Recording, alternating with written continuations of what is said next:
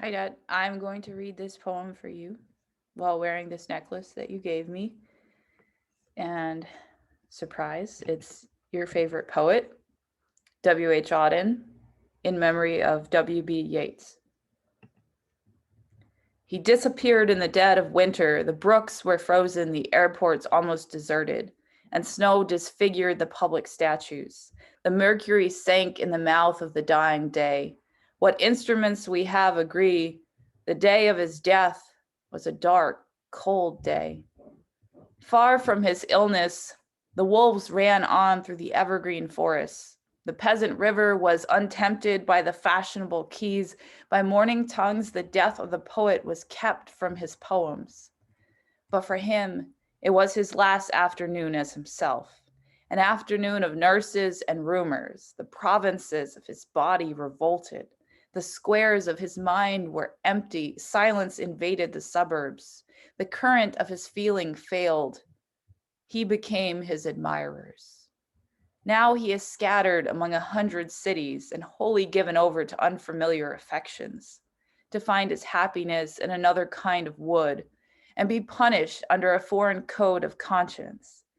The words of a dead man are modified in the guts of the living, but in the importance and noise of tomorrow, when the brokers are roaring like beasts on the floor of the bourse, and the poor have the sufferings to which they are fairly accustomed, and each in the cell of himself is almost convinced of his freedom, a few thousand will think of this day as one thinks of a day when one did something slightly unusual. What instruments we have agree. The day of his death was a dark, cold day. You were silly like us. You survived it all, the parish of rich women, physical decay, yourself.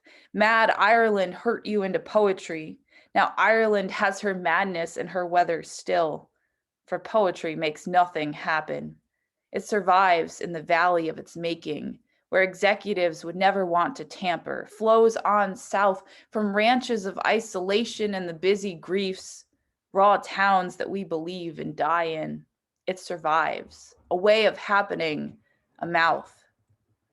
Earth, receive an honored guest.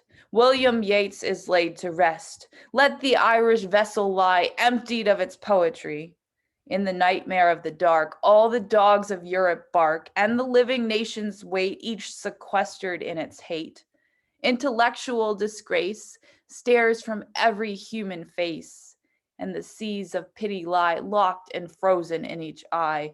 Follow, poet, follow right to the bottom of the night. With your unconstraining voice, still persuade us to rejoice. With the farming of a verse, make a vineyard of the curse. Sing of human unsuccess in a rapture of distress.